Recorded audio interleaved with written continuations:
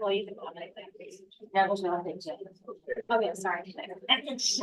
All right, good evening, everyone. I'd like to call this meeting of the Madison Public Schools Board of Education to order. It is 7:30. And could we please rise for the pledge of allegiance?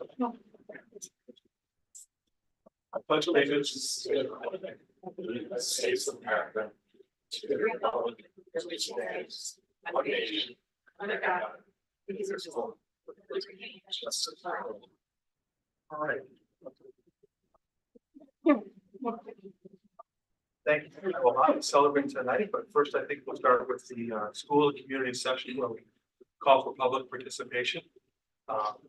Emily, do you have the floor? Welcome everyone in person and joining us online. We do welcome public comment at our board meetings. We ask that you state your name and your address. Comments are limited to 3 minutes.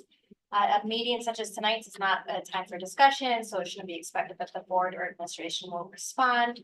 If necessary, you'll be contacted for a follow-up. If you're joining us in person, please raise your hand. And if you're joining us online, please raise your hand and you'll be called upon. So we'll start with anyone in person who'd like to speak. Yes, go ahead. Good evening, my name is Beth Azabeda. I'm a Madison resident, 81 Silo Hill. My family and I moved here recently in 2022. The #1 reason being the excellent school district. We have a Ryerson and Brown student, both of which are thriving and loving their schools and teachers. Thank you to everyone on the board and folks here and not here tonight that contribute hard work and tireless efforts in our schools. My family is deeply grateful. I'm a committee outreach leader for the recently formed parent-led Madison Youth Unplugged community group. It started with a small book club to discuss this book, The Anxious Generation, then formed into a small Facebook group that has now grown to over 400 Madison community members and counting. As you heard from us back at the August meeting, we are collectively acting together to educate, discuss, and share, and bring solutions to our community to help and support our kids in this challenging digital age.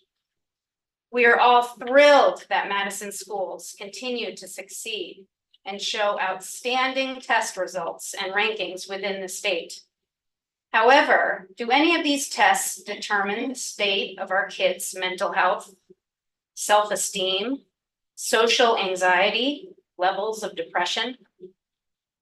As you're all aware, there is a growing movement surrounding the issue of phones in schools and the mental health of our kids.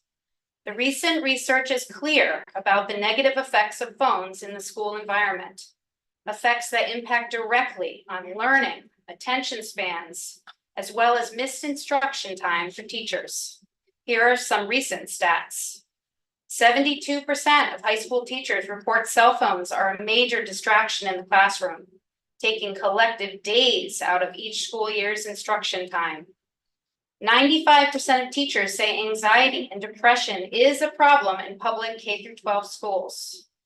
97% of students use their phones during school hours for an average of 43 minutes per day, which is the length of a full class in many schools.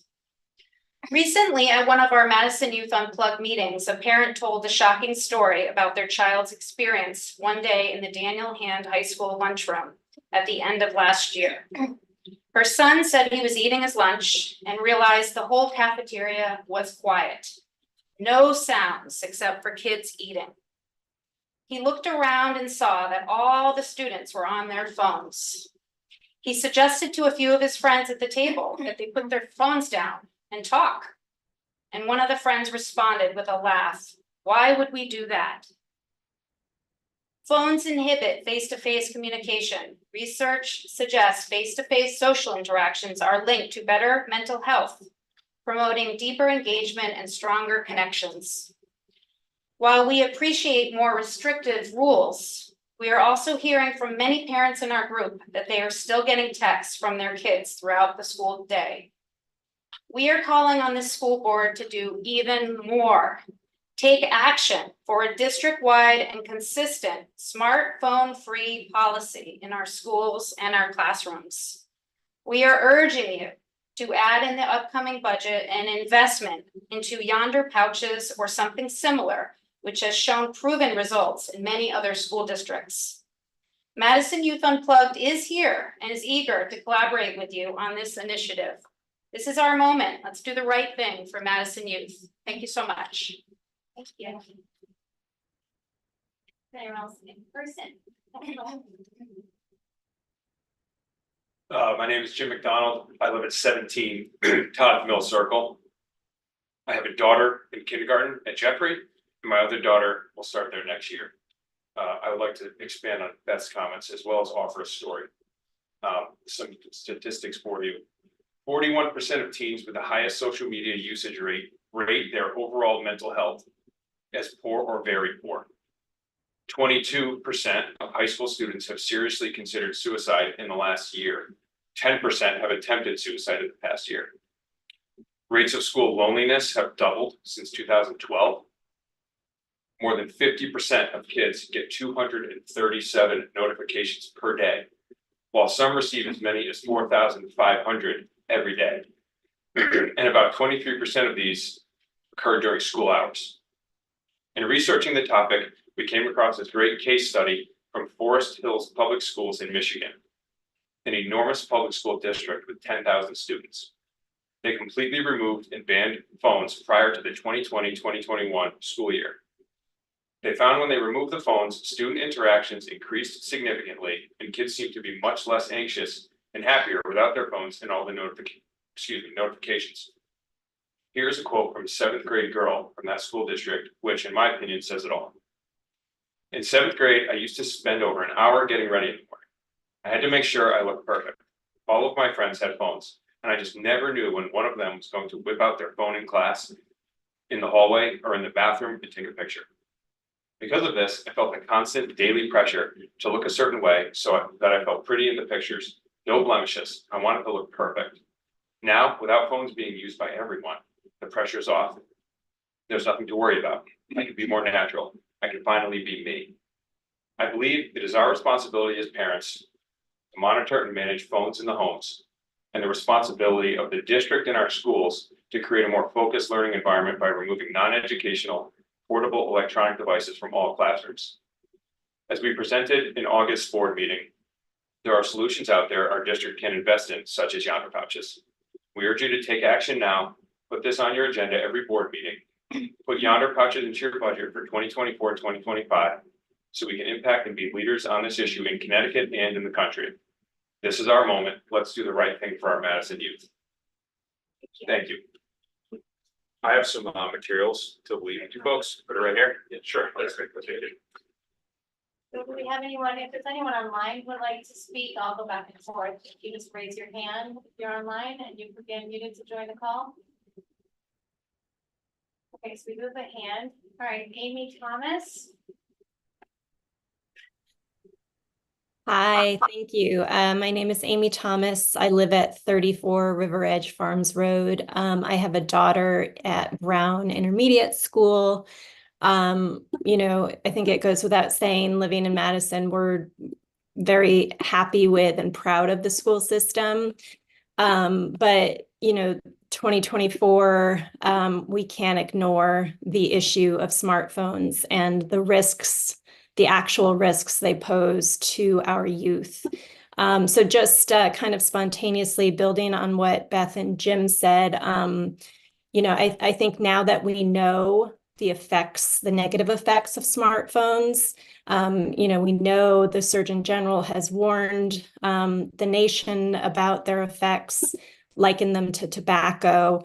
I just want to urge our leaders and our board to take the important step of restricting cell phones, not restricting use, but having phone-free schools.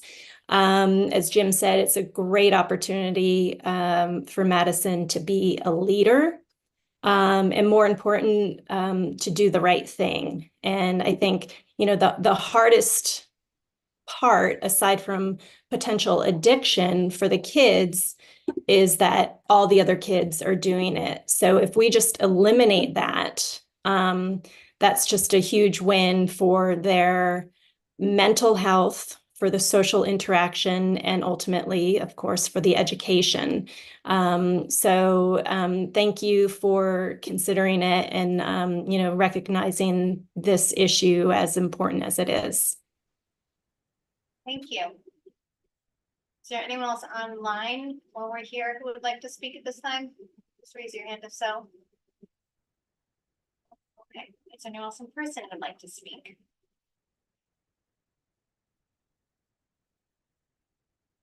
All right, thank you so much for being here.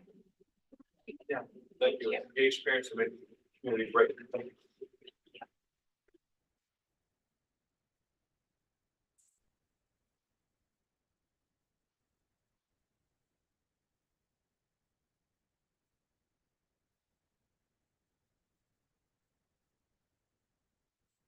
Well, for our next item, I'll turn it to Dr. Cook for the superintendent's report. Thank you, Gail and Kel. One of the great things we get to do in September each year now that the legislators give us this flexibility is start right off talking about the graduation date. And then Mr. Salvatore shares this with staff and families. I know they've been very appreciative over the last few years of being able to make plans, being able to tell out of town visitors when they need to come in and really plan for that special occasion, which we know is a huge event for us here in Madison. So working with Mr. Salvatore, we've identified as June 12th, 2025 as the graduation date for the class of 2025. So great event, coming forward. And after sharing this with the board and the public here, Mr. Salvatore share this in upcoming notifications. They can start planning for that and night at hand and everything else that goes along with that. It is 2 days after our last day of school.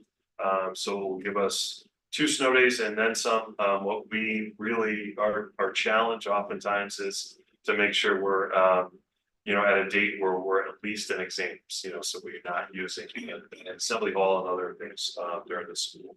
And then that also, as long as we're past that, it gives us some flexibility to move the time if we needed to. 2 years ago, we moved the time a little earlier. Our rain date, though, will be stated as June 13th. Hopefully, we don't have to fix that.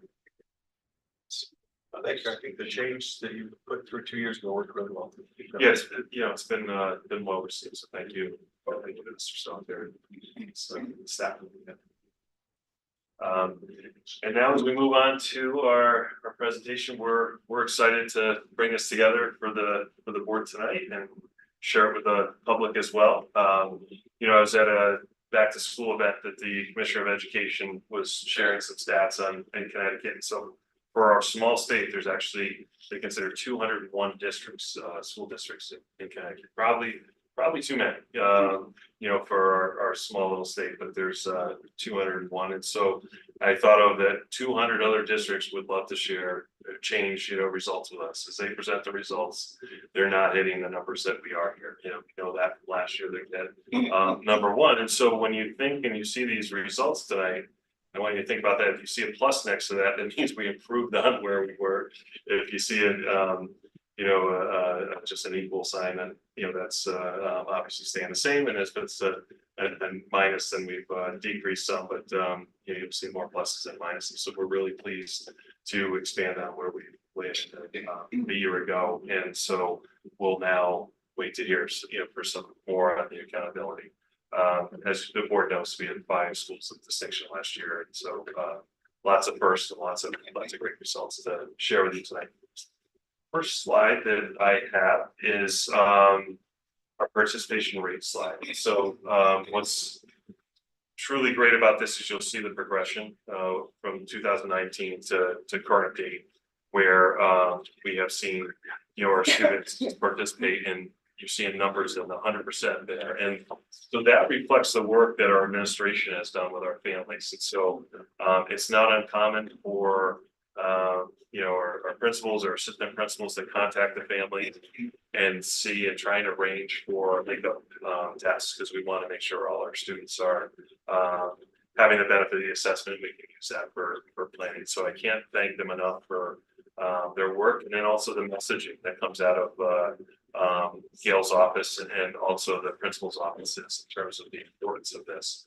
One of the things that we've seen that we have reported on in the past, but I think that you've seen that enough, was the time on tests. And so the time on tests is continually increased over the years. And so we're thrilled that our families, that our students have taken this so serious. And then I will say too, is as strong as the numbers that you will see, we always look at the numbers as students behind those. So when there are students that are not achieving those results, we have a plan for those students. So we have plans and supports in place for those students that are not reaching those numbers. And then even our students that are achieving the highest levels need supports at different times, throughout their career, through their years. So I think that's an important piece of this, is that we do not lose sight of that as we move forward.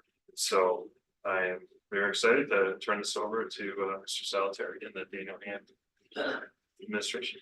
Thanks, Dr. Cook, and thanks everyone for having us. Before we get started, I just want to thank the leadership team at the high school, as well as all the teachers. Just incredible work that's consistently focused on what's best for our students. Our students need a compliment as well. They're so committed and dedicated and work so hard. It's really incredible. We're happy to share our results. I'm going to talk about a few different things about AP performance as well as NGSS performance. Brian and Melanie will talk about SAT performance, really positive across the board. If you look, this is a slide that has a lot of information going on in it. If you look at that top line that's running horizontally, that's the combined enrollment of juniors and seniors from 2018 to 2024. And you can see a pretty steady decline. Back in 2018, we had 561 upperclassmen. Last year, we had 399. That number continually goes down. But when you look at the charts, you could see the number of AP exams that have been taken over the years is represented in green, and that number keeps going up, even though the number of our students' total enrollment in grades 11 and 12 is going down. You can see out of the 365 exams taken in 2024, that orange line at 316 of those had a score of a 3 or higher, which is, again, really incredible. And if you compare it over the years, especially based on enrollment, these are just really good numbers. And one of our focal points was having students more involved in the AP test and obviously to perform really well. Number of students tested, I think that's a pretty impressive number in blue. Again, if you look back in 2018, 561 kids, 187 took a test. Last year, 399, 183 participated, which really very, very positive news. And out of that 183, 153 had a score of a 3 or more. So really very, very positive. We have been offering the extra help sessions, which I think are having an impact. We're planning on doing so again. We did some informal surveys with our students. They found it to be very helpful, and those sessions allow teachers to work more on curriculum and instruction during classroom time and work on test taking strategies in those after school or even weekend or Zoom sessions. So we're looking for some more participation in that. And when you look at our action plan, to be honest, we're just going to continue doing what we're doing because we're seeing really positive results. We're really happy with that. And again, to see that steep decline in enrollment and those numbers going up is nothing but really, really positive. We're proud of that performance. This slide shows you, just a breakdown. I would ask you to look at the bottom of the slide, the 2023 right in the middle exam results. You can see the breakdown of 84% of students scored at a 3 or above, which again, really positive. Last year, 86%, but if you see a significant move in the number of students who scored a 3 compared to now the number of students who scored a 4, really, really positive. And you see that 1 and that 2, those numbers are going down. So these are all really great trends that we hope continue. And I do think our teachers spend a lot of time and are really committed to, giving our students great experiences, and those after school type sessions are seeming to get more and more popular. We'll start that again in trimester 2, and we're hoping that more students participate in comparison to last year. So great trends with our AP scores, really happy about those. And, moving on, we're going to switch gears to Mr. Bodner, who's going to talk about some SAT performance. Thank you. So similar to our AP scores, our SAT scores continue to move in the right direction. You can see our ELA scores here are fourth in the DIRG. A year ago, they were fifth, so we moved up a spot within the DIRG. We also improved by 7 points in this area. The next slide, just a little greater detail, shows you that. It shows you the trend over time. You can see again a 7-point increase from a year ago. You see the DIRG also went up 7 points, but we remained 12 points above the DIRG average. And as you can see, even increased our scores in comparison to the state. And again, this is a trend that has, been since we've come out of the pandemic. After that first year, we have that extremely high year. We've continued to be, building back up, and everything at the moment, as TJ said, it's heading in the right direction. And when we get to a further slide, you'll see our plan as we continue to move forward. Similar to what Brian said and TJ already said about the AP scores and the reading scores, our math scores have increased. As you can see, we are number 1 in our DIRG, so we're just gonna leave that there for a moment. We celebrate that. And so we're very excited about that. When I go to the next slide, you can again just see the trends that have happened. You will notice significantly that the state average continues to decline. As well as the DIRG. The DIRG went down pretty significantly last year. 10 points where ours was unmatched in terms of only going down 4. So very, very proud of our overall SAT scores. Our next slide, you can, I think, follow yourselves and see the upward trend. What we wanted to kind of point out as well is, typically when people talk about their high school experience, someone throws out, what's your SAT? What's pretty amazing is that the average SAT at Daniel Hand this past year was an 1139 SAT, which is quite remarkable. And these scores will just show you where we compare, not just in DIRG B, but also just in general across the state. So we are number 10 in the state for our English language arts score, and number 6 in the state for our math score. This slide is just, again, showing the past 2 years and the plan of action that our English and math departments took in trying to work with students to, again, improve scores. And the one thing just to kind of point out on this, though, when you take a look at the ELA scores, that with the change of the SAT, you're not looking at the exact same, you can see with the titles comparison. I mean, the area that's still, though, conventions of English, standard English conventions, is the area of greatest need, and the area that our, English department is going to really be focusing with students. And then similar to the AP prep, the plan of action is to really continue and just enhance what we're currently doing. Our math teachers are very proud, and they're just going to continue their good work. All right, the last assessment we'll talk about, the high school level, is the NGSS, the science assessment that all of our students in grade 11 take. You can see in this slide where we compare to other schools in our DIRG, and we keep moving to the left, which is really positive direction, and very pleased with those results and commend the science department for their work. This is a pretty interesting slide. If you look at the top left under the findings, there's 3 specific bands in the NGSS. You can see them listed: Earth, Space Science, Life, and Physical Science. The numbers in parentheses to the right are the last 3 years. So as an example, in Earth, Space, and Science, in 2022, 80% of our students were proficient or higher, 2023, 84, and 2024, 93. If you look at all 3 of those bands, you can see pretty drastic improvement that is nothing but positive. Time on test was a concern several years ago. Our students were rushing through it. We changed our approach to the actual format of the assessment, not the assessment itself. And we've seen a very significant increase in the average amount of time students spend on that particular assessment. The number of students at the bottom left-hand corner who scored at the 1, which is the lowest level in 3 years, you can see in 2022 is 21% of our students, and last year 4%. Significant improvement, to say the least.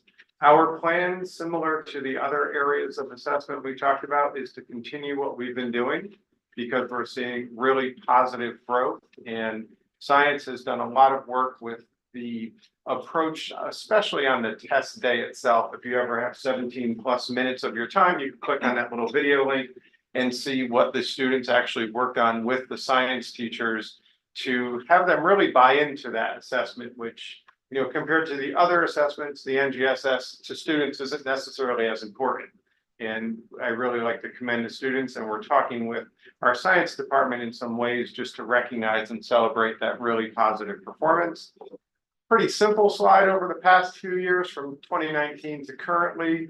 We've seen outside of that 1 year in 2021, a really steady incline, and we anticipate to see that number keep going up as the years go on based on our approach in preparing our students to be successful on this particular assessment. We're gonna pause and see if you have any questions for the high school presentation. Well, just, quick comment, I mean, the absolutely incredible, and I thought it was awesome last year, and it's even more awesome this year. I think the participation rates, just seeing those numbers go up, it's 100% across a lot of those grades is incredible. I'm just curious, anecdotally, like if anything surprised you, like if you were expecting to see these increases, were there areas that were more of an improvement than you thought? Like what were your those sort of personal takeaways? I'm curious. I would say the NGSS performance, you know, seeing such a steep incline, and again, you know, getting juniors who are taking a lot of assessments that are, you know, pretty taxing on them. Yeah. You know, to see the approach the science department took, and they really looked at it by course, not just a general approach, because we've been looking at data to see students in, you know, one of the lower level courses might need a little more focus on the preparation to be successful on this assessment compared to the physics kids who always have scored really high. So I give the science department a lot of credit, but you cross your fingers on this one because, you know, getting the students to buy in, you know, we changed the entire test setting. You know, Dr. Cook has supported us having a delayed opening for the rest of the school and bringing the juniors in alone to really let them feel like this is important. Yeah. But this is the one that has been the most pleasant surprise. The other ones, you know, based on all the work we're doing, you know, I don't want to say it wasn't surprising, because I said to Dr. Cook, at some point you can't go up anymore. And that will happen at times, but you know, I think the NGSS was the most surprising, but we were really excited when we shared this with faculty and with coordinators. Really just great energy throughout the building, because we do want our scores on the standardized assessments to be a reflection of the quality of the school, and I think they are. I do think that getting the juniors to be invested in that test is a huge challenge, because they have so many other tests that they're concerned about. And I know that I don't remember when the NGSS is given, but I know that at the time from my daughter, she's like, they're so done, you know, and they just don't want to care about another test. And it's just, you know, not to like bribe them, but like, is there some way to make them more invested in like you want to beat the class before you, and you'll have like a donut day, or, you know. I do like doing it. You know, I mean, it's something as simple as that, because they're, you know, I think they want to get excited about things, but they're just so drained at that point. And you know, donuts have always worked as bribery in my house. So just, you know, throwing it out there for some incentive, you know, personal incentive to beat the class before you or something, you know, just a thought. So one of the, if you didn't get a chance to see the 17-minute video, but one of the things that Paul Mezek did is he took that approach exactly. Oh, okay. And so he created the video. I really encourage you just to click on the link and at least watch the first few minutes before he gets into the true, like, get ready for the test part. But he took a sports like hit at it and said, basically, like, we are a town that likes competition and we compete on the field and we like to beat other towns around us. And so let's start competing in the classroom. And that was like his mantra. He kind of strategically showed where maybe some neighboring towns fell with their scores and said, let's step it up, Madison, and let's be number one. Like that was his approach. So he did take what you're saying and weave it into that video rather strategically. And I think for some of our kids, it did matter when they saw that. Like, wait, we could do better than that. So we did try to take that route this year. We also paired it literally on the same day with SAT. Yeah, I thought that. So it wasn't the last test that they were taking after APs, after SAT, then the NGSS. It was literally paired. So the first half of the alphabet was taking one test, while the second half of the alphabet was taking the other. And then the next week they switched. So it kind of felt similar in like the stake of it because they were doing it on the same day that their peers were taking the SAT. Can I? You guys for coming up with that thought, because there was a little risk in that, because they're taking it earlier in the range than they necessarily had to. So we had that discussion. We said, well, we're giving up a few weeks of instruction, but we think that students taking it serious and we think we'll be ready for it. So I credit the high school with that concept of coming up with that. I think it did make it feel, you know, like it was more important and, you know, maybe not equally to the SAT, but, you know, because you gave it that half and half and then the days and the other students weren't there and it was a focus on the test. So I think that was a really brilliant. The results were really impressive and they're commendable. You know, and they say a lot. First of all, you know, the consistent trajectory can only be explained by deliberateness and working and pursuing a plan. Because you can't look at that and go, well, it was this cohort of kids or whatever, it moves. The other thing that I really applaud is the thought and the deliberateness in terms of analysis and diagnosing, where do we need to put our efforts? What is this really about? You know, and something like student mindset, because it's easy to go, what's going on in our courses? What are we doing with the instruction? But to do that analysis and say, we think the key piece here is one, they have to have a comfort level of knowing how to take the test. And two, we need to up the excitement and the investment. You know, I mean, that's good analysis and, you know, and then implementing a plan that ultimately gets these results. So, you know, I listen to these things and on the back of it, I go, this is what happens when you empower teams to really look at the data, really look at work and work together to try and improve things, which, you know, we see across the board in many parts of this district, but, you know, I mean, you're to be applauded and, you know, this is outstanding work.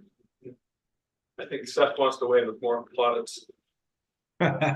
Well, definitely plaudits are in order, but I just wanted to, for context, go back a little bit with some historical perspective.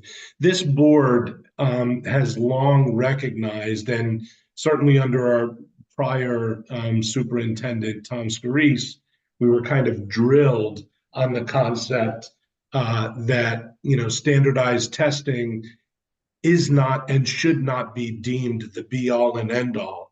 And I think the current administration under Dr. Cook, they very much agree.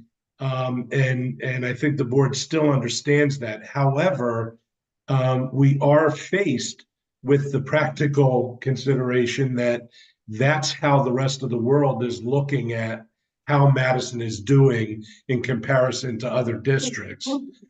And we've made a conscious shift. And the board, I'm very proud that the board has made this shift and created the space and the priority and to allow the administration to run in this direction. And it's amazing to me that without teaching to the test, again, and that was another one of the board's concerns, we don't want to teach to the test. Any district can feed answers to kids and they do better, you know, on the tests. But we want to produce well-rounded, well-educated, interested, and motivated students. And and by the way, if they're also motivated to do better on these exams, including the NGSS, then that much the better. So thank you all for the amazing work you've done. It's very clear that you took that charge and ran with it beautifully. Thank Thanks, you very everyone. much. I appreciate the support. To the next level. Thank you so much. Thank you.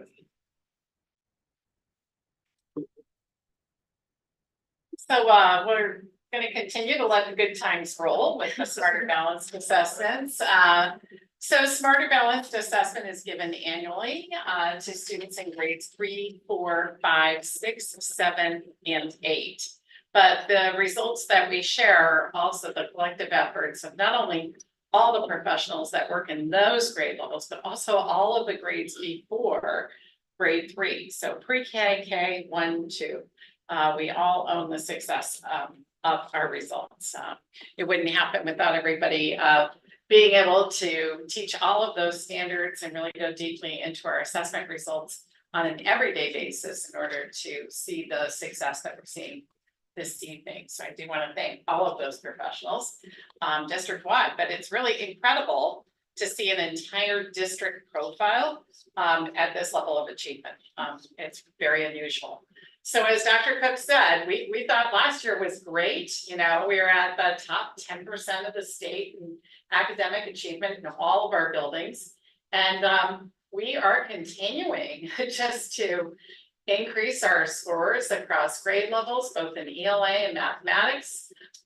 We are looking at cohorts of students that are being successful, going all the way up through the grade levels.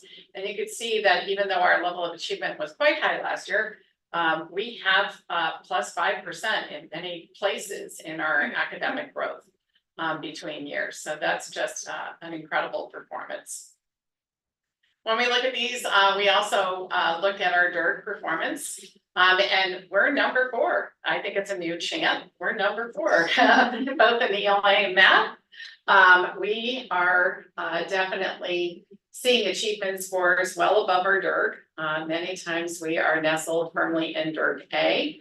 I want to give a shout out to our colleagues in Woodbridge, which we like to change places with. Woodbridge is a small district in comparison to Madison. It's actually about half of the student size that we have represented in grades 3 through 8. We have a little over 1,000 students, and Woodbridge is about 500 students. And I really like to recognize that, because when we have our motto of every child, every day, you don't get achievement scores like that when you're not paying attention to every child every day, because every percentage represents a very small number of students. When you look at New Canaan, they are actually double in size. They are over 2,000 students, or over, 800 students, where Darien is 1,000 students more than Madison represents in this graph, and Wilton is 600 students. So you can see that we are playing with districts that are much larger than us in most of these comparisons as well. So we're number 4. We're number 4. And again, this is across the state. So I think Dr. Cook started this out with 201 districts. So we're number 4 out of 201, both in math and ELA.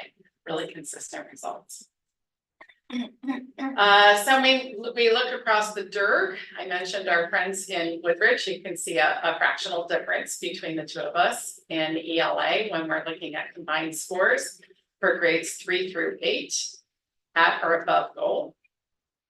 And if we break it down by grade level, we're seeing again a very high level of success in the DIRG, sharing those first couple of plots across the DIRG.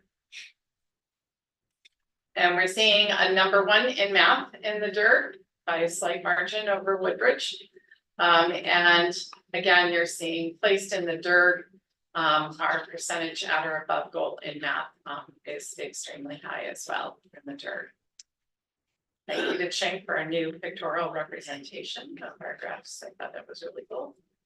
And now I'd like to turn it over to Folsom Middle for a closer look at their grade levels. Welcome, Catherine and Martha. Thank you. So thank you for having us here tonight.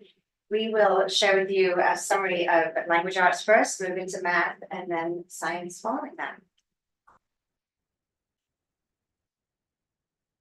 In English language arts, we're just excited to see those numbers go up, small but powerfully. And that has been consistent with all 3 grade levels. This steady growth really is thanks to the teachers and the coaches, of course, but we also appreciate the support from parents and the buy-in from students. We've seen just a shift. They genuinely want to do well, and this is exciting to see a new mindset from students in the classroom, in the building, and in the district. And I think this kind of proves it there. Now, our goal, we're very happy with 82% and 80 and 78, but we still have 20% of students that we can really focus on to see how we can move them forward as well. So that's one of the focus areas that we will have, and some of that is shown on this slide. So, you know, it's interesting, the first one, we talk about collaboration between gen ed and special ed, and in the old days, general education did this and special education did this. And it's not, that line is so blurred now in a good way, because it's really just about what do our students need? What do all students need? How can every expert in the building help all the students in the building? So differentiation has been a goal at Polson for the last 2 years. It will continue to be so. And that's pretty powerful when you look at the entire building. We also are working on communication with other content areas. This is not just about LA anymore. You know, when we look at the literacy and nonfiction reading and writing connections, that is across all content areas. So it gives continuous and consistent strategies and messages for students, that they're hearing the same reading and writing vocabulary, the same literacy expectations in teaching, not just in your ELA class. So again, there's no lines anymore, which is exciting. Of course, the PLCs and the coaching cycles, they're just proven to work, and we will always continue to use those and look for new ways to use them even more effectively. We mentioned vocabulary, and you would think it's just such a discrete thing to mention in one of our bullets, but it is so critical. Not just the vocabulary of practice among among the content areas rather, but even just vocabulary, morphology, that which is, it's just, I love it seeping right out of that ELA classroom into all the other content areas. So just some of our priorities we're pretty excited about for ELA. And in terms of math, you can see it numerically, we're holding our own. We're being pretty consistent over the years. And then if you look longitudinally, have grown. And we continue to work as a team to analyze the students who are close to being at or above goal, and being able to see what worked, what didn't work, and being able to provide support to either continue on that path or to continue to grow. But we know that, you know, a percent or 2 here or there can really be 3 to 4 students, depending on the cohort and the number of students.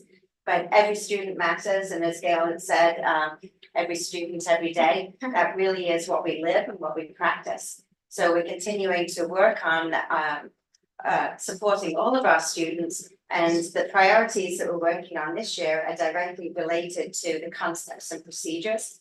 So we continue to use our looking at student work protocols. So they're looking in the PLCs and identifying the math standards that are working, this math standards that we need to address, targets to help individual students grow and to help develop that level of understanding. This collaboration takes place not only between general ed and special education teachers, as Martha said, but also with administrators, with the math interventionists, with the math coaches. Everybody has an important role and a place around the table so that everything is done strategically. There's thought and purpose behind everything that we teach and everything that is assessed, and then what we do with that data and how do we use it.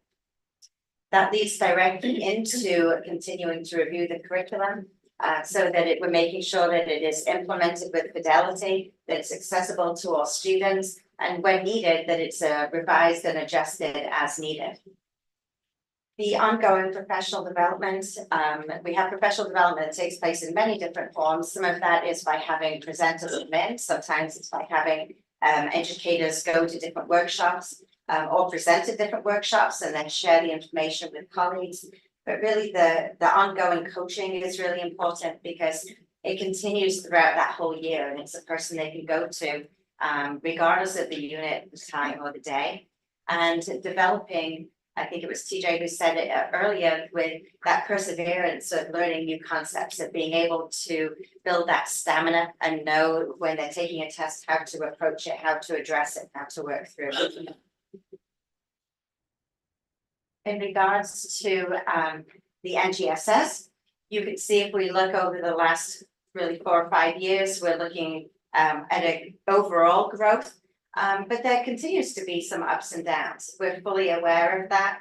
We are working with staff to celebrate those strengths, but also to drill down and identify the specific areas of growth. We would like to see that the percent for 2025 to be higher than what it is now. We know that it's a little bit different in science than it is in math and language arts, because we're comparing from 5th grade to 8th grade to 11th grade. So not only are the teachers looking at it through that lens of 3 years of instruction, so is the coordinator, but so are the students. So they're having to retain information that they hold on to for multiple years versus math and language arts that is assessed on an annual basis.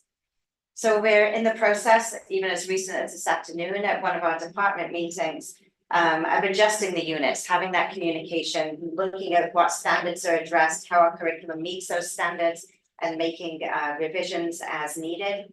We're working through that with a full approach to be able to address what we need to and to continue to move forward in the area of science. This is our ranking, as you can see. Again, we don't want to be on the right side, we prefer to be on the left side. That's our goal, and we hope to be sitting in front of you at this point next year, being further towards the left and being able to celebrate that. So the bottom line is that we know this, we want to grow, and we have plans in place to continue to move forward.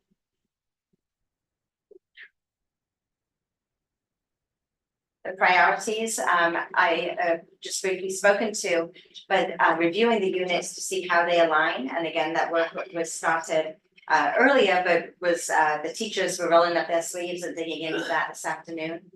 Taking a look at all of the strands within the NGSS to identify the strengths and the weaknesses. And then the teachers are part of developing that action plan alongside with us, so that they have the ownership and the plan to do that together.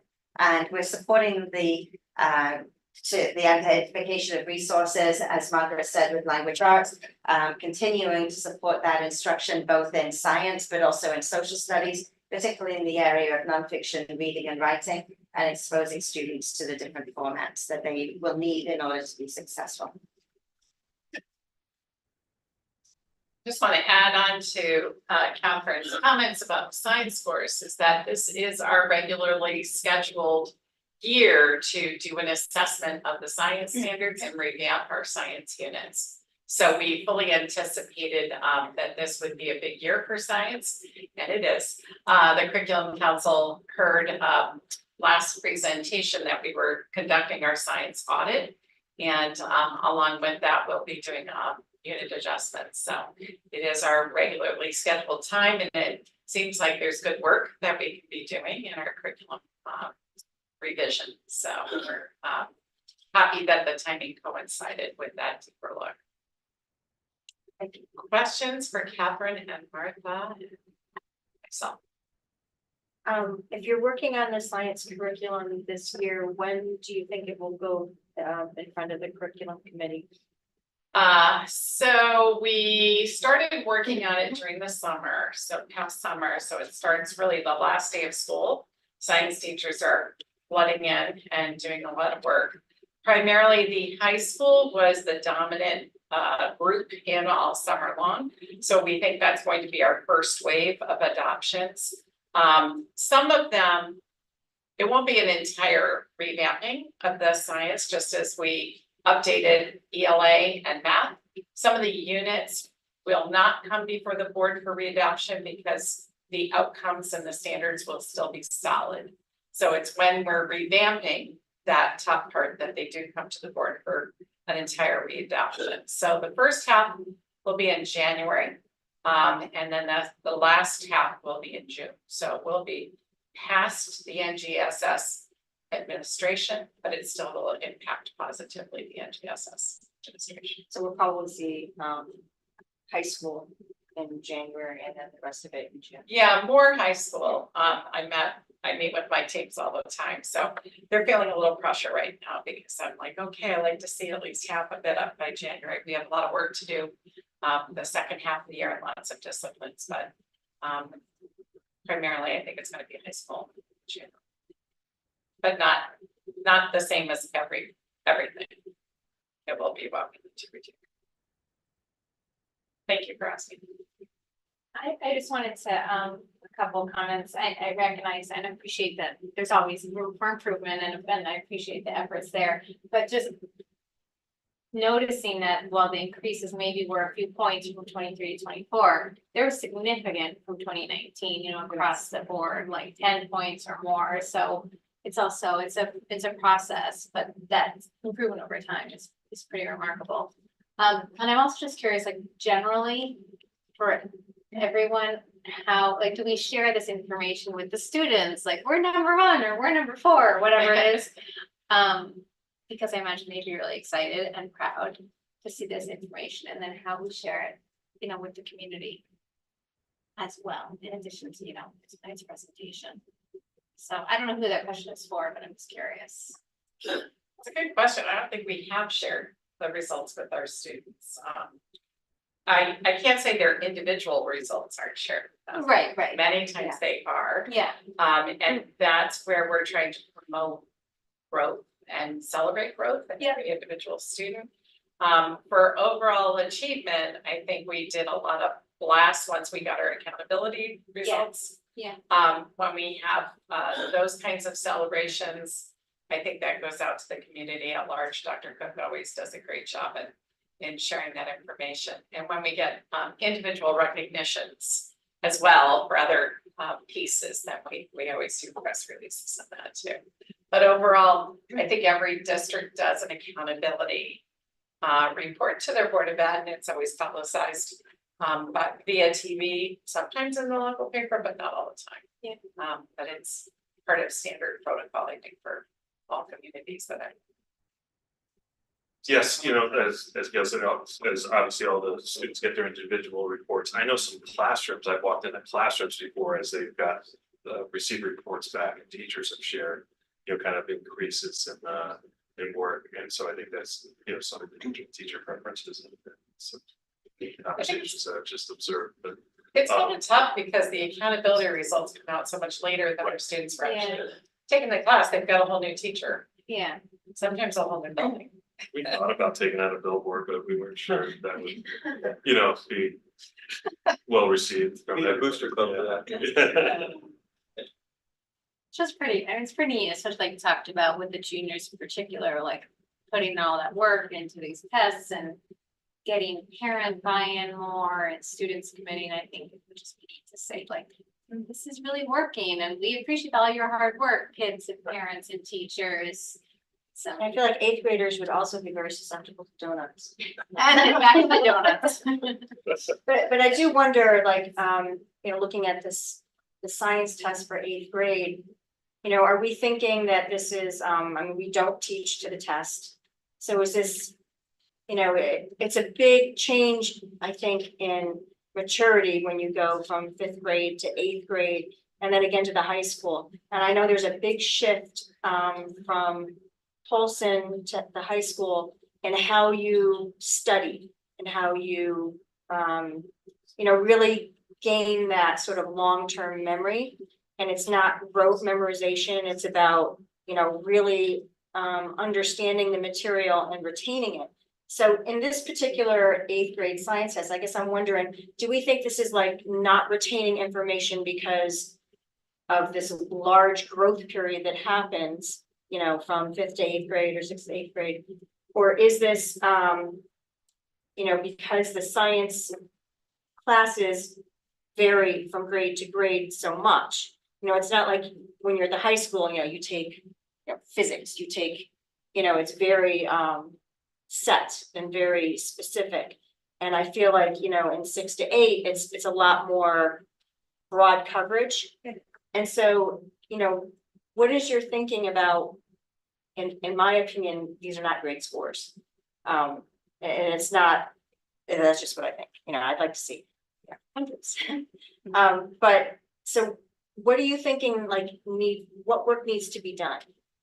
What are you planning to change? So before they answer that, because I think it, you know, there was a lot to the question, but I think There's there's a a lot of good pieces in there. Because I think you shared a lot of things that are accurate in terms of that. It's always, and that's, I think, with the problem with scores and educational assessment data, that it's never one thing, you know, there's never one piece. But let us share what we did at central office to impact the scores probably in a negative way. So we took the science coordinator off of the middle school to write wellness curriculum for us. So the board knew that Sarah Sandor for the last 2 years had written the wellness curriculum for us as a district. And so she was out of that position. So I think that's a piece that, although, you know, may be negative, I think it also speaks to leadership matters, right? So I think that coordinator model having that impact, you know, that was a piece. I think the other thing I will say, that my clear direction to the middle school was to get off the focus list, you know, for that time. And so, you know, that their focus was clearly on ELA and math and growth scores. And so that was the piece that I will say. I mean, when I met with Catherine and Martha, we talked very little about science. We talked about that focus piece. And so I think when you look at 2019 to now, that growth of 13%, that's solid, you know. But I do think that 8th grade is sitting down for the science test. Eighth graders are hit with a lot of different things as well, and then they're seeing a test that's much more difficult that they didn't take last year. You know, it's not that growth, but I'm sure you have things to add to that. But I do think that is a positive commentary on leadership, you know, and you know, not only the people in this room, but also that coordinator level and their work with teachers directly. Yeah, I don't expect you to have like this is our solution, you know, but I just kind of want to know what you're thinking. No, well, kind of taking on a tangent, I just want to pick up on what you said about buy-in, or what Emily mentioned about buy-in and the teamwork approach. Those are really great trends, you know, improvement. And I think the challenge in science is the stuff that the kids love are the hands-on labs. Mhm. And that gets them excited. And if there's any way to like tie in or link to the tests, you know, that would be great. But it's Or a different- field trips. Or field trips, You know, but the that's real it's such a life. great science curriculum, and they do get excited about it.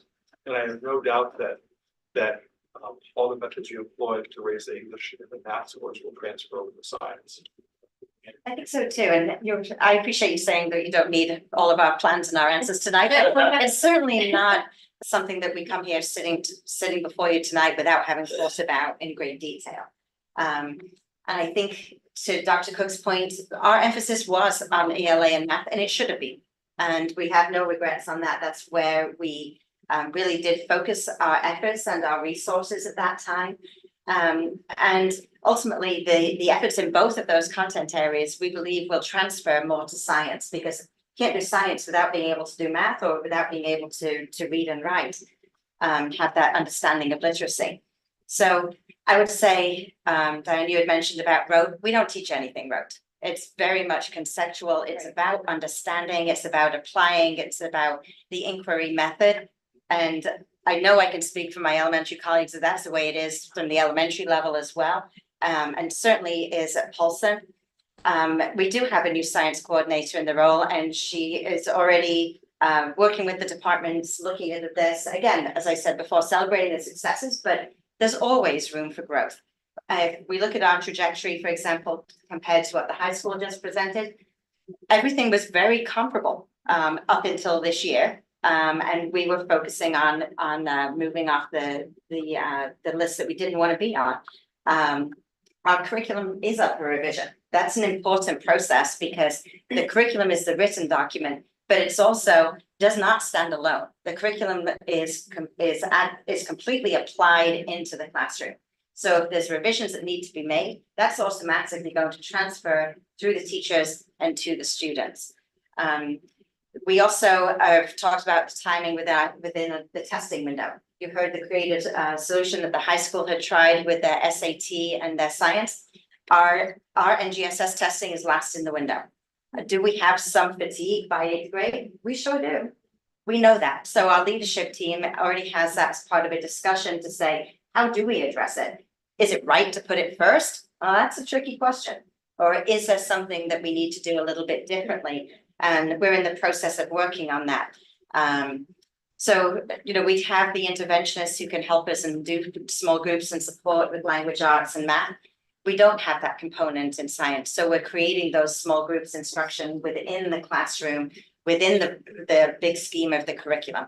So these are all of the discussions that are taking place right now at Paulson, and will continue to take place all year and into next summer when the curriculum is approved, and then into the fall again. So it's a process. I think, Emily, you said that it's not a one and done. It's definitely not only throughout the course of 1 year, but multiple years.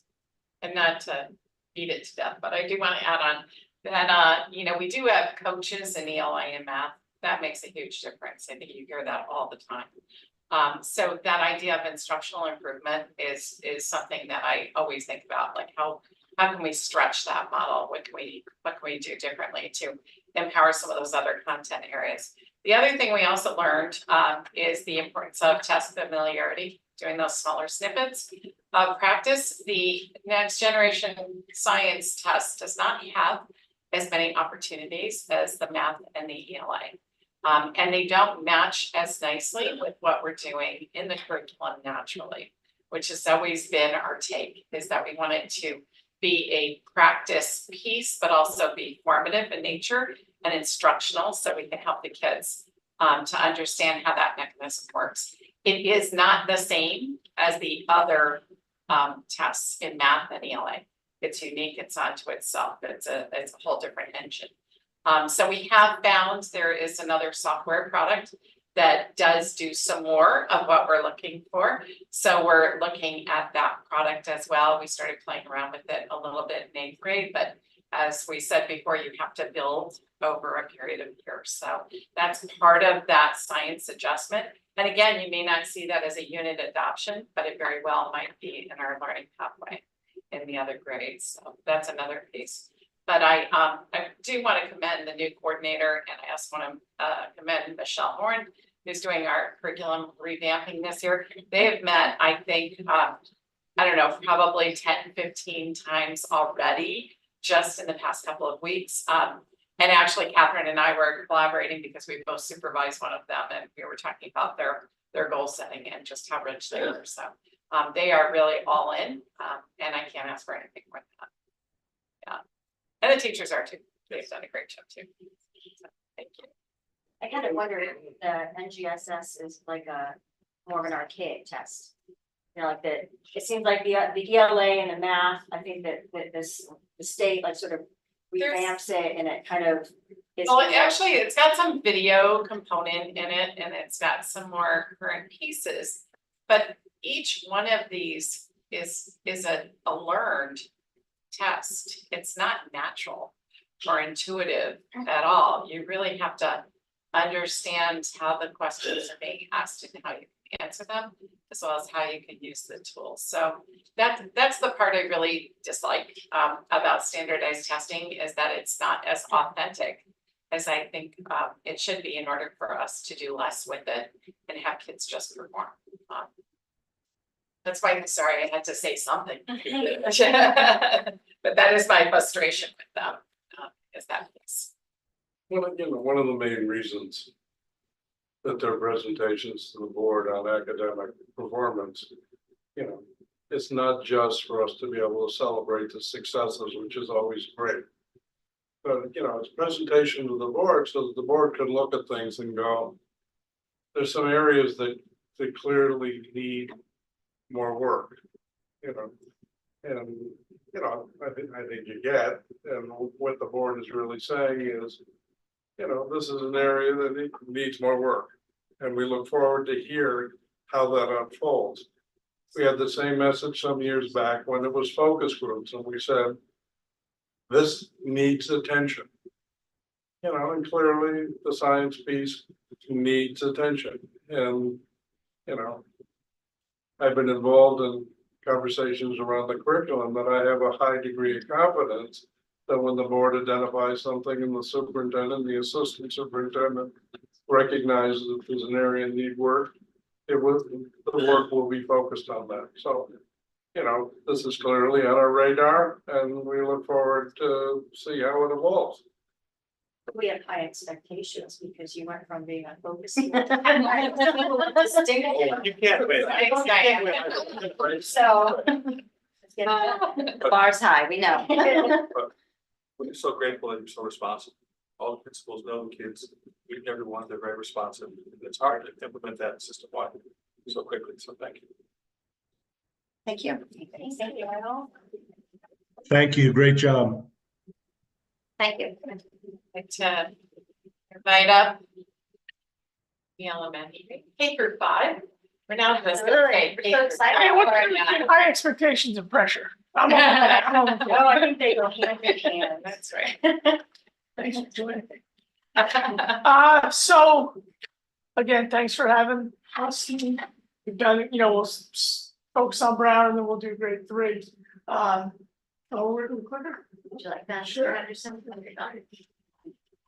But again, I mean, you're gonna see some strong numbers and some good action plans and some work to do in some areas, but you know. I think Gail said it earlier, this goes pre-K, 1, 2, 3, this is just a team, just when you see the scores, it's great to see it. The scores at the high school, and middle school, and everyone plays a role there, all the kids. I was so happy for our kids, they did such a great job, our teachers. And I think Martha brought up the point about families too, because, you know, you look at our participation rate and they're off the charts. And that goes directly to the, I think, to the, not just the kids, but the families and the importance of getting kids to school, not just during testing, but the whole year. You know, and it ties into our attendance rates, et cetera. So our slides are kind of simple, because they're good, so we'll make them simple. But you know, as you see in our ELA percentage of students that are above goal, you know, that incremental increase, how much higher it can go, I don't know, but our grade 4 students were first in the DERG, and our grade 5 students were third in the DERG. And again, that's steady progress, you know, for especially in grade 4. And again, it's a credit to our grade 3 colleagues and the work that they did as we received those students. But what's also not on these slides, and again, I don't have all the data in front of me, is as those numbers increase, there's a decrease in the number of students who are the level 1. You know, so those kids who are moving forward, and hopefully, you know, by the time they get through Brown to Polson, they're moving into that T2-3 with some supports, with some different interventions, et cetera. And then our math scores, again, 84% in grade 4, which is first in the DERG, and 78% in grade 5, which is second in the DERG. So really proud of the work of our teachers and our kids. You know, we can't, you know, just you present that and you're like, okay, any questions? You know, like I don't have any answers, but the credit goes to the kids and the teachers because they've all worked really hard. I think at Brown we've been fortunate. We've had very little, if any, teacher turnover. Our teams have stayed the same, so they're working together. They're working with coordinators. You know, we've been working like great team with our coaches, and again, I'll talk about that in a minute. We have a coaching shift this year, but you know, with Michelle and Stacy and Carol Sullivan and Pam working with the same group of teachers, you know, that consistency. We don't have a lot of teacher turnover, and I think that, you know, plays a role in it. And as people prepare and as people work together as a team, and when you had success, we go back to 22, you start having that success again, and that recommitment that we made across the district, and you see the results. They better get to 86. You know, could put a lot of pressure on us. I'm only kidding. So our ELA priorities, and again, I think we're not going to change much. We're staying the course because what we're doing is working. You know, worked with the coordinators and the coaches on some different priorities. Again, we'll adjust the coaching cycles. We have some new players in our coaching role, with Michelle taking her role. You know, but we have a new hire, we're gonna bring her on board. We have a couple different grade level changes, so that coaching cycle won't change, but the people will. And and this is very similar to Polson, that same coordinators help us with these. You know, again, looking for a cohesive K-5 school. And I think Martha talked about expanding vocabulary, that's the same thing. We work, as you know, with the same coordinators, 5-8, 4-8 rather. So they're working with our teachers 2 days a week.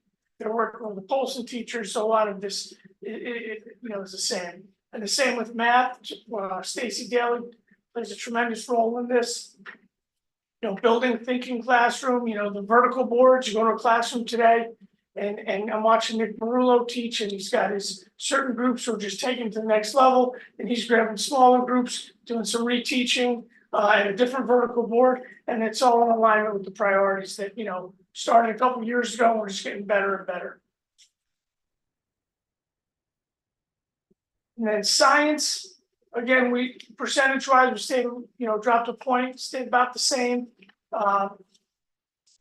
You know, again, I think when you were talking and having been at Polson for all those years, and you know, Brown, we have put science as the back of our testing window. And again, that's not an excuse, but it's just, it's the reality of it. It's a bit of a grind during the testing window. You know, I think for the last 3 years, and our teachers take such pride in John Placino. Oh, Frank, that test is hard.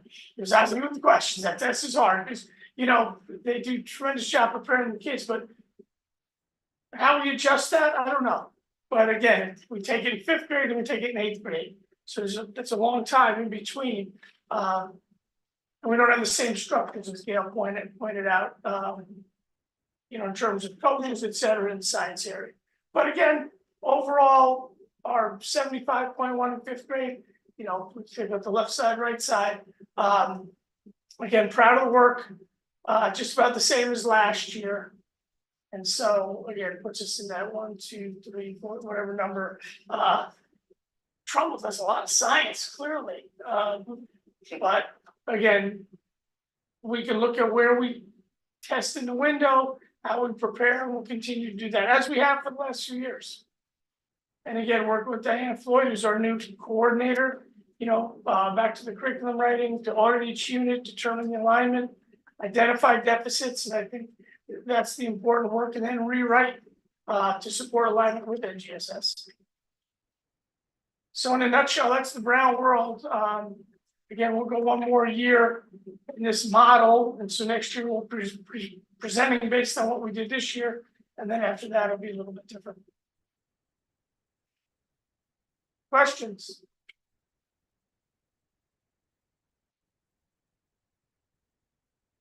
The all compliments, so. Take whatever compliment. I understand. Tremendous, thank you very much. Thanks. Good work. Thank you. Seth?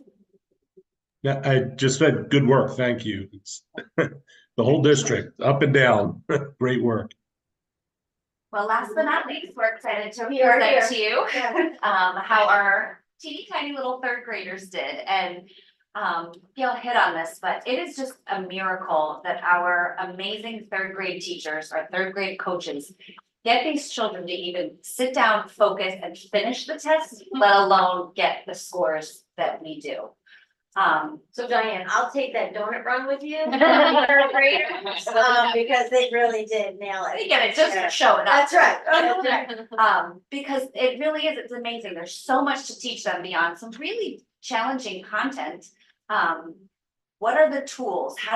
What does it mean to flag a question and go back? Sometimes my screen is split like this. Sometimes my screen is split like this. This when I have to listen to a video. How do I go back and replay that video? I missed that. These same little 8-year-olds then, you know, an hour later are going out to recess and building with Lego blocks and doing cartwheels. Like, it's just a lot to ask of them. So we're really proud that as a 3rd grade cohort overall, we hit that 80% mark for ELA. And when you break it down, again, we're just seeing that steady growth over time for Jeffrey going from 78% to 85. You know, Ryerson too has had really strong performance hovering in that 70 and 80% range. So it's just a celebration of, again, a really challenging test, really strong instruction, and getting scores that we are really proud of for ELA. Yes, and I concur with what Becky has talked about in terms of these are 8-year-olds who are doing these assessments and they continue to show steady growth and steady progress. But I would just for a moment back it up just a bit. It is, I believe, the work that we are doing along the lines of growth mindset and productive struggle. And these children are going into these test settings with such perseverance and belief in themselves. And I really do believe that that is a result of our teachers and the work that the classroom teachers do, K-3, in tandem with our coaches and our interventionists. It's that culture that we've created that they can do hard things, or they might not know it yet, but they will. And so we're asking them to go into this test setting that for us feels very high stake, right? And they're just doing the best that they know because they know that they believe in themselves and they know that their teacher believes in them. And so I think it's that work that really does produce the results that we're looking at. We can talk tonight about all the structures and the strategies instructionally that we have in place. But I would be remiss if I did not talk about that. I believe that that is at the heart of it. Parent feedback, anecdotal information from families is, my child is not just saying this today, that I can't do this yet, but I will, or I can do hard things, not just in academics, but on the soccer field and in the dance recital and at my clarinet recital.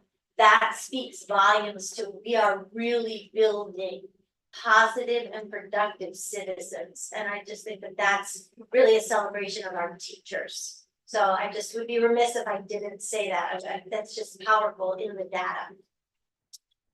Thank you. Oh, yeah. I forgot I'm doing math. That's right. Yeah, that was a good point. Thank you. Yes, next slide. So again, obviously showing steady growth, steady progress, fluctuation in data year to year, but that's cohort dependent. But overall, if we look at what we're asked, what we're showing results of is it's at or above goal. Those are really high percentages overall. In the schools, both schools share that celebration. But you can actually even see within the cohort that they're increasing from year to year, not excepting 2019 because there's no 2020 data. But you can see going, oh, sorry, it's by school. The other data was, you could look at the cohort by year and see that growth. Absolutely, Diane. And much like the other schools, our priorities really haven't changed much from last year. A lot of what's up here now are from slides from last school year. Because we know what is working, we know what our kids need. Obviously, we adjust by cohort little by little each year. But we know it's the instructional tasks and activities that we put in front of kids that have to be of high quality. We know that it's the teacher's professional development that in ELA we continue, even though we have these great scores.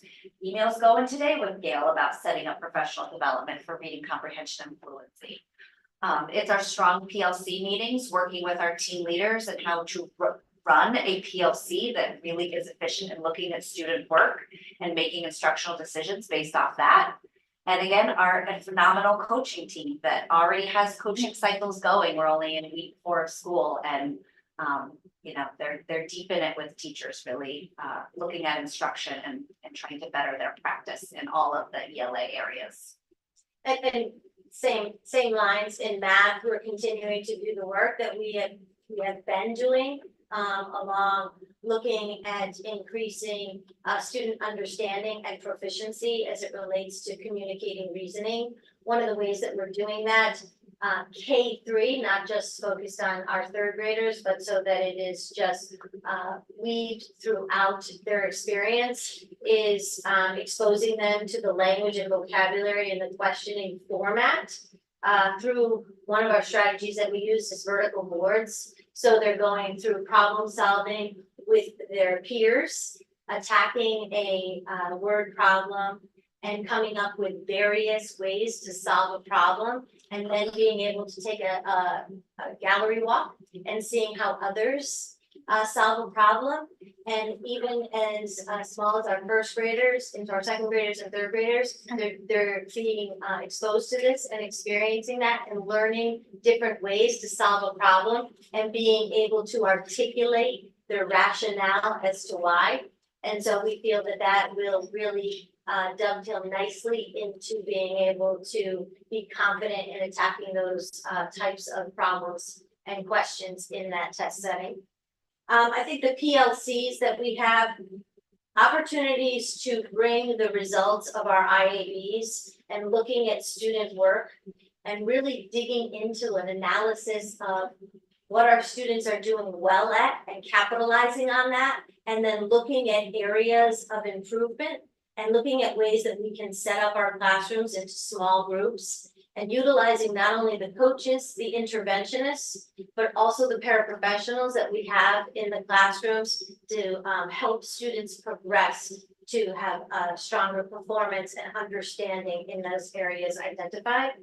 And then looking at the coaching cycles, I know a lot of our teachers are tapping into our math coaches and taking the idea of how to write a written response in ELA and carrying that over to how to write a written response for math, obviously with identifying an equation first and then going from there, but just being able to really scaffold that, support that for our students so that they understand that and internalize that for themselves. And that happens with all of those critical people to make that happen.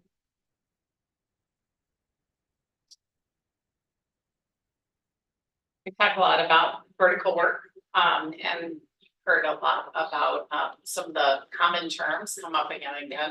Vertical boards being one of them as a math technique. Last year, all of the coordinators and instructional coaches, both in the ELA and mathematics, did vertical rounds. So the high school people went down to the elementary levels and saw math instruction. ELA instruction, we went to middle, we went to high school. And of course, we meet in this room every single month as a vertical team. We've been doing that for several years, but it's the strength of the vertical alignment. You see when you're looking at number 4 in the state in math, number 4 in the state in ELA, number 4 in the state in SAT. It's really, really consistent.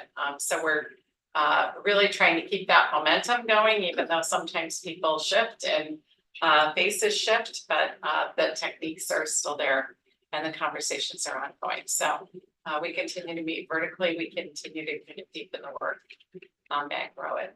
So. That's great. Questions, comments? I just want to say that I really appreciate the description of the test, because you look at the numbers and you're thinking about this, test on a computer, but when you put it in the context of, an 8-year-old child trying to navigate through this pretty complex, that is very eye-opening, and it makes you look at the scores a little differently, because when you think about the growth of a child, going, from elementary school up through the middle schools to high school, the amount of growth there, not just physically, but mentally, is extraordinary.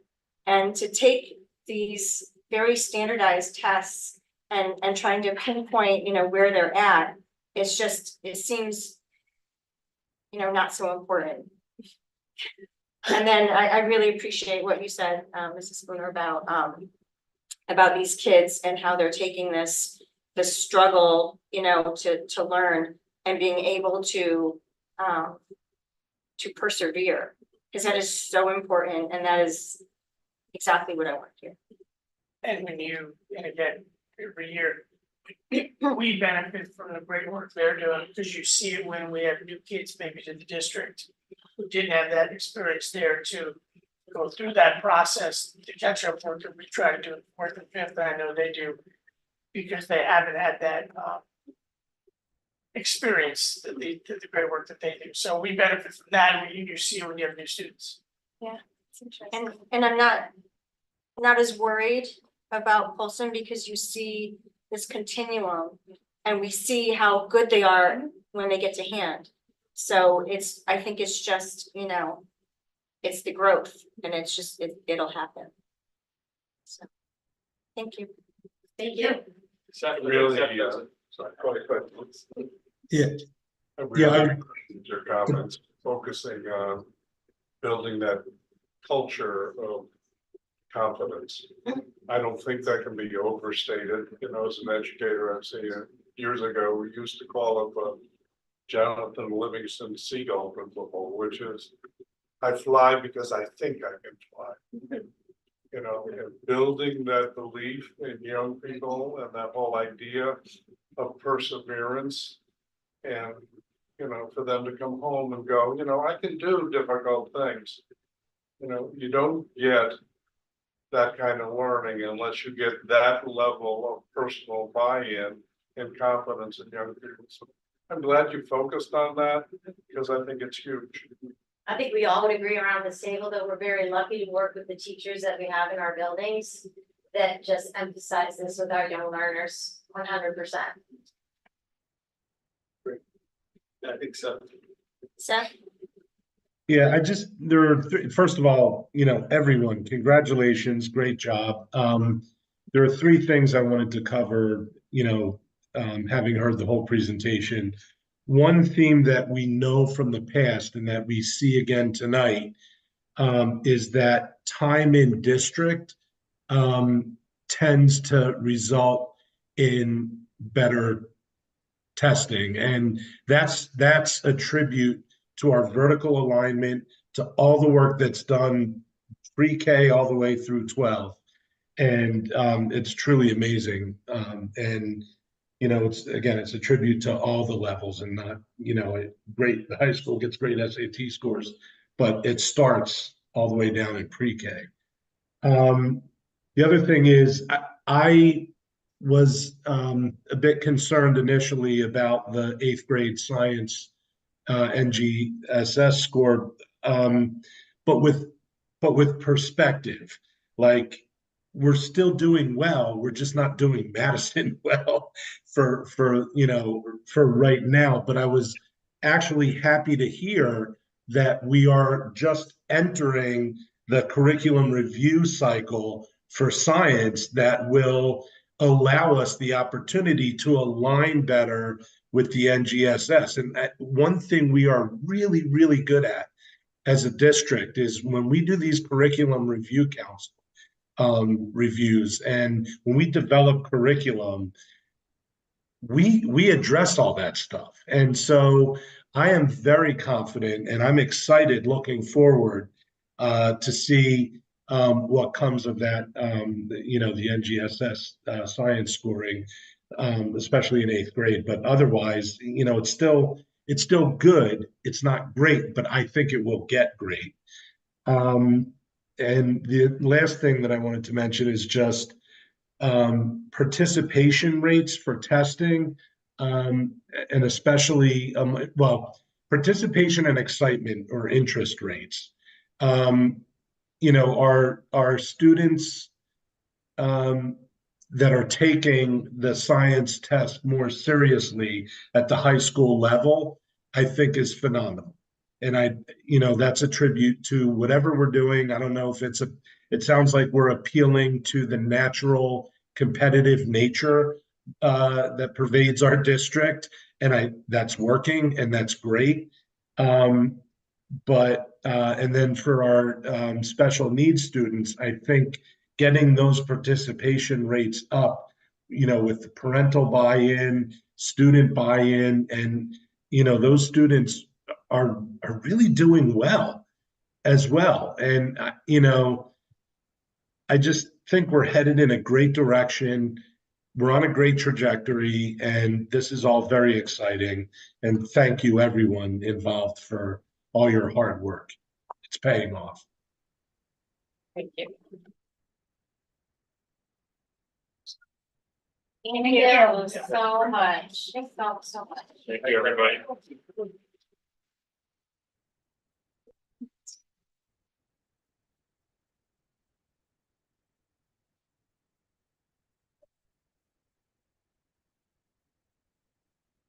Well, I think we can intersperse board comments throughout, so. Hearing some, not hearing any additional comments, we can move on. Just that, eighth grade is a tough grade, socially, emotional. Maybe she switched into seventh grade instead. I don't know that it's any better. I don't know, maybe not. It's like that whole, area. Yeah, it's Is in a little between. blurred. That is just a, Yeah. that is a tough. But it was good perspective you gave, I think, about all of the many factors, not just particular, and so I think it's just, the more we can share this information, I think, with the community in some ways, the better. And not just parents, I know you sent emails to parents Yeah, and, right. but I mean, every person invested in this community should care about this. It's super, it's really. It's just have pretty to exciting what we saw last year, and then we were like, oh gosh, how are we gonna do that this year?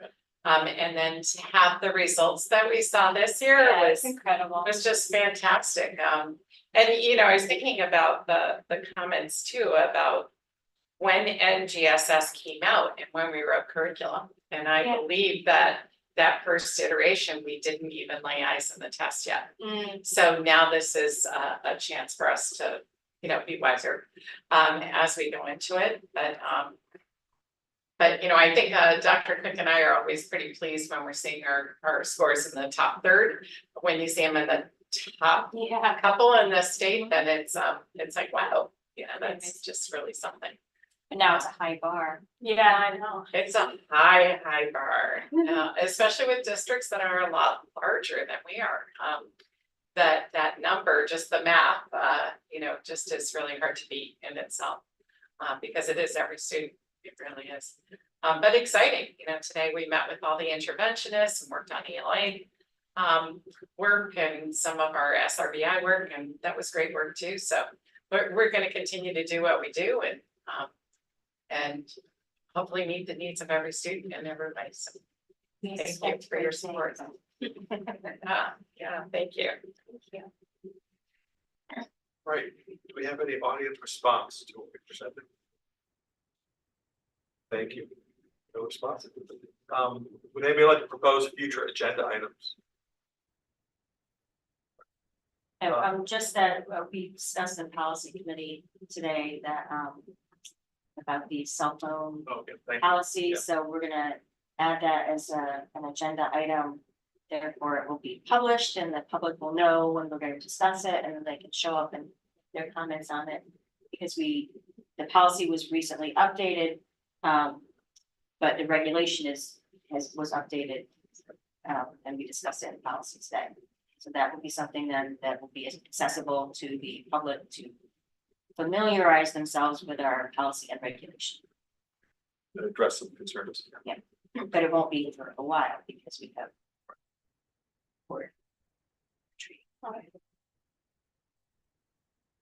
Thank you. Do we have a motion to adjourn? So moved. All right, by Diane, second. I'll second it. Marie, look good, Marie. All right, no discussion, I hope, all in favor? Bye. All right, opposed? Motion is adjourned at 9:05. Thank you very much.